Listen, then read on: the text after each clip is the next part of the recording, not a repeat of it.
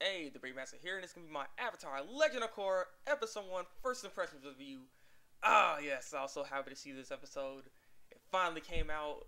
Well, I don't know if it came out on TV because I didn't see it on TV. It was on my anime site because I was looking for updated like for my anime reviews. I do Break 10 and some other animes and stuff like that. So I was like, I need to go see if it's if there's a new episode right now, which there are, which I need to review later. But then I seen Legend of Korra, I was like, what's this?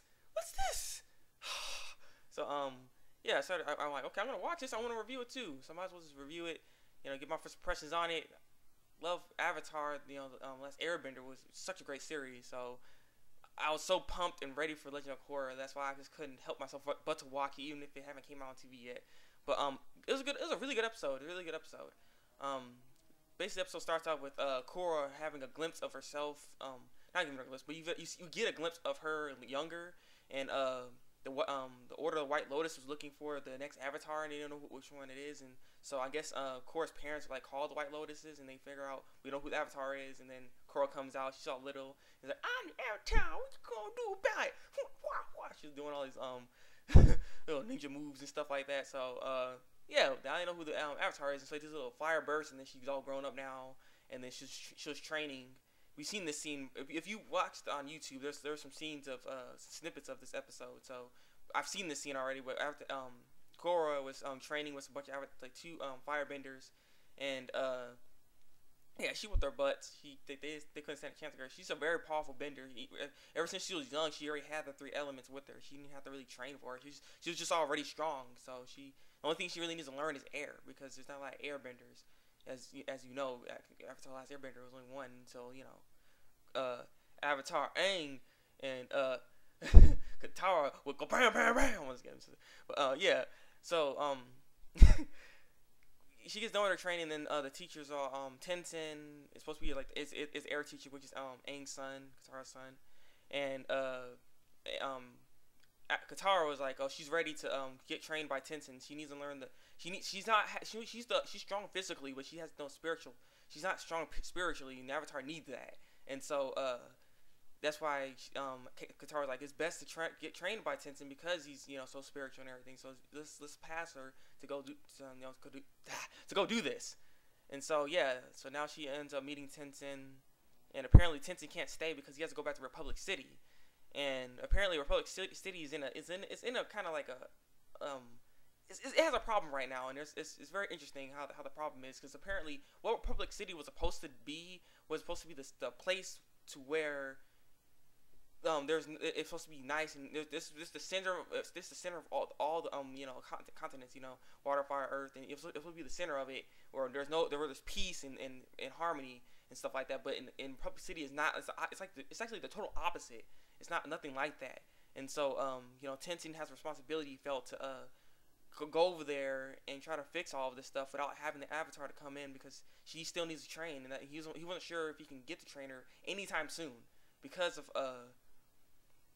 how it is over there. He needs to try to figure out how to do it. But then Korra's like, no, I want to go over there. I need to get trained. Like, you're the only teacher I have. I mean, if there's other airbenders, of course I'd go ask one, but unfortunately you're the only one I know, so we're stuck together.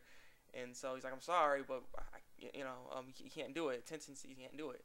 And so as he went back, Korra was like, I want to go too. So she ends up sneaking out, and Katara catches her and is like, I know what you must do. Your place is, and Katara's like, your place is to go to Republic City. This is what you need to do. This is where you need to be, and so you can get trained over there. And so Katara says bye, and her parents say bye to Korra, and Korra goes off, and she goes with her polar bear dog, Nagi. It's a cute doggy. So yeah, she ends up going all the way into Republic City, and she already makes an upward just going there in the couple of seconds she was there. It's just pretty crazy. She just walks up in there and stuff, and then she had tried to stop these gang of people called the Triple Threat Triads. And there's a waterbender, earthbender, and a firebender. I'm not sure who the earthbender, because they didn't really show the earthbender. Like, he could be a normal person for all we know, but I'm just assuming he's earthbender. But they get their butts whooped pretty fast and stuff like that. Well, before that, actually, she ends up breaking some kind of law, and she started running away. And then she ended up fishing to get some food, because No, she didn't break the law. She just couldn't get no food at first because her polar pet or her dog wanted some food and she didn't have no money to get no food. And so she went back and like went to found this like pond where there's fishes, and so she got the fish and started cooking them. And she ended up running into this old bum dude, and he's like, "Hey, can I have one of those fish right there?" I'm like, "All right."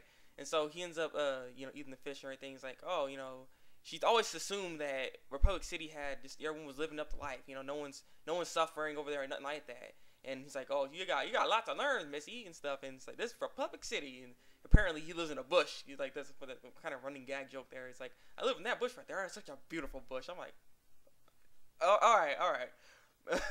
So yeah, and then the cops saw her, or the officers saw her, and he's like, "Hey, you can't be fishing over there." And it's like, "Oh, I gotta see you later." And you go jump in the bush, and she ends up leaving.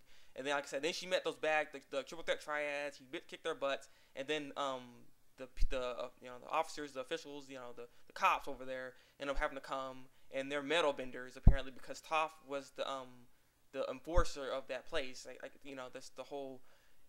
It's weird. It's like Toph was apparently like the officer, official that controlled that place in this area, and oh yeah, this thing. If you people are gonna be mad about this because we weren't sure what happened to Sokka, Katara, Aang, and stuff like that.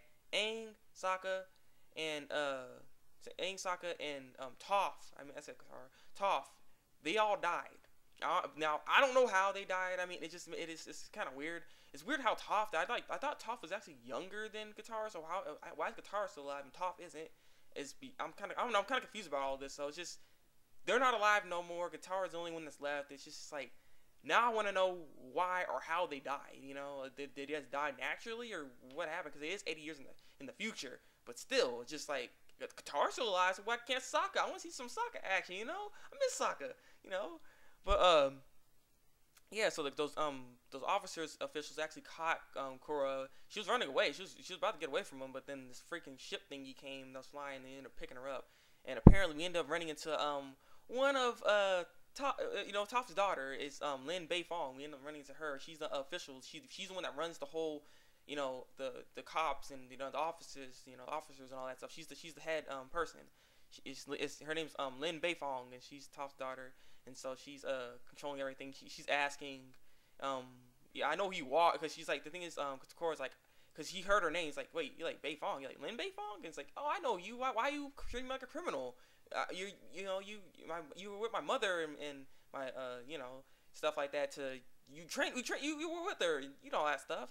And she's like, I know, but I uphold the city. You can't be just running around doing stuff, because you did jack up the place. Because she was all saying I was trying to protect everyone, like protecting the shopkeep, but she destroyed like 3 shops and protecting his shop. I'm like, God dang. So I mean, she was like kind of wrong in that. So she was like, you can't be doing that kind of stuff and like that. And then Tensen comes, and Tensen's like, I'll take all the charges. Just put it on me. I'll take her back to the waterbending place where she was at. Don't worry, I'll pay it all. And she's like, fine, okay, all right, but get her out of my city. It's my city, my town. And so as she's walking away, Lin Beifong's like this. She's all, and then freaking Korra's like, oh yeah, and then it was like, oh, what? It's funny. I was like, what the heck? And so towards the end of the episode, we ended up seeing Korra. She's about to get sent back home and everything, but then Tensen had a soft heart and is like, okay, you can stay. We need the Avatar here. There's a lot of stuff happening. I thought it was just my responsibility to take this because I didn't want to bring shame on Aang's name, but the Avatar needs to be here too. You need to help this place out too. And he's like, yay! And so she ends up making an announcement that she's gonna be here, and she's like, oh, I want to be able to keep peace around this place and do the best I can, help everyone out, because this place is supposed to be the center of peace and prophecy, and everything supposed to be good, all to the good.